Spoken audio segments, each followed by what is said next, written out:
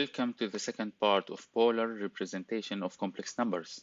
So far, we learned the basics of complex plane and the transformation of a number from the rectangular form to the polar form. Here we go through more discussion through practice.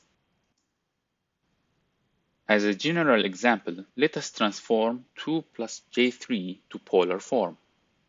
The magnitude or modulus is the square root of real part squared plus imaginary part squared, which is square root of 13 or 3.606.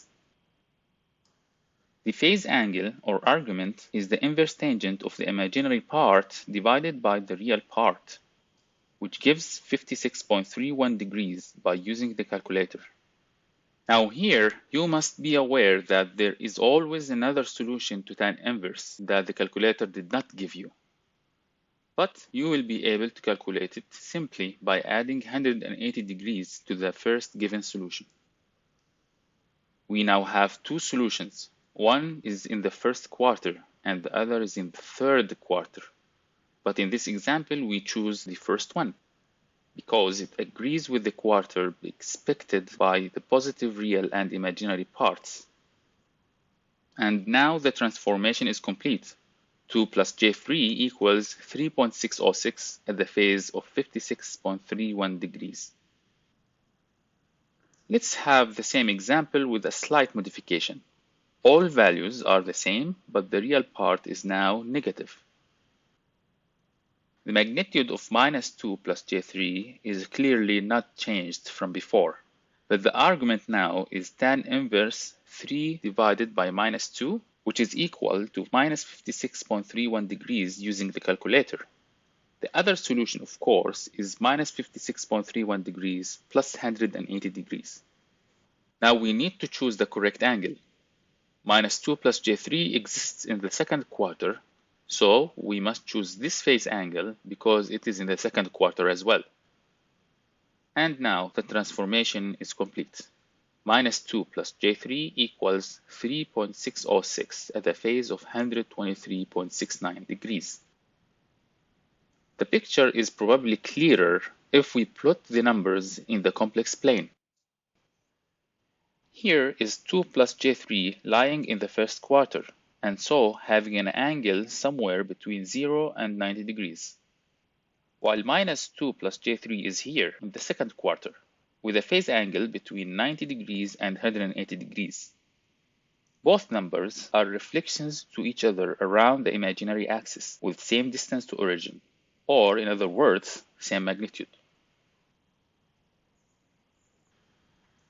Let us have another example with this pair of complex numbers, 2.5 plus j and 2.5 minus j. These two numbers are basically the conjugate to each other. For 2.5 plus j, the magnitude is the square root of 2.5 squared plus 1 squared, which equals 2.69.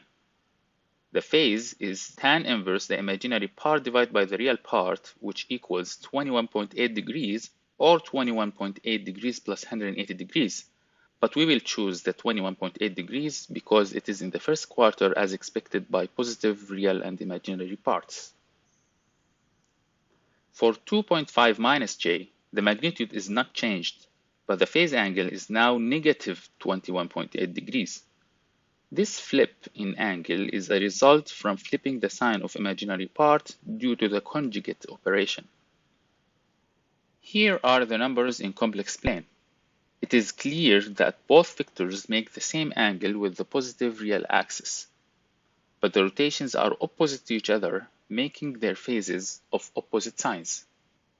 This actually can be generalized.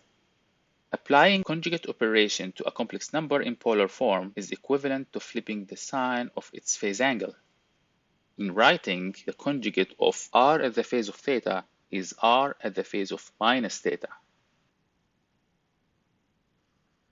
Now, what happens if the sign of the entire complex number is flipped, like in this example? Here, minus 1 plus j4 is actually minus 1 times 1 minus j4. Let's find the polar representation of each one independently. 1 minus j4 has a magnitude of the square root of 1 squared plus 4 squared, which equals 4.123. Its argument is tan inverse minus 4 divided by 1, which is minus 76 degrees or minus 76 plus 180 degrees. But we choose minus 76 degrees because it puts it in the fourth quarter as expected by the rectangular form. Minus 1 plus j4 has the same magnitude, and its argument tan inverse of the 4 divided by minus 1 would actually give us the same choices of solutions, minus 76 degrees and minus 76 degrees plus 180 degrees. This time, however, we will choose this one because it puts us in the second quarter as expected by the rectangular form of the number. Looking into both numbers in polar, it is clear now that the only difference is a 180 degrees shift in phase angle. This is also obvious if we look into their representation on complex plane. In general, flipping the sign of a complex number is equivalent to 180 degrees phase shift. In writing, r at the phase of theta multiplied by minus 1 is equivalent to r at the phase of theta plus 180 degrees. Assume now that we know the complex number in polar form and wish to transform it to its rectangular form. This means that we need to calculate the real and imaginary parts from the magnitude and the phase angle. This is actually simple trigonometry. The real part is the magnitude times cosine of the angle, and the imaginary part is the magnitude times sine of the angle. In writing, if r at the phase of theta is the polar form, then the real part A equals r times cosine theta, and the imaginary part B equals r times sine theta. In other words, r at the phase of theta equals r cosine theta plus j r sine theta. And if r is taken out as a common factor, it becomes r times cosine theta plus j sine theta. Let's do a simple example to illustrate. We have these four complex numbers in polar forms and wish to find their rectangular forms. We apply the transformation explained as follows.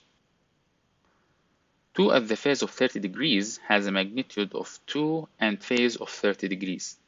So the real part is 2 cosine 30 degrees, and the imaginary part is 2 times sine 30 degrees, which would all evaluate as 1.732 plus j.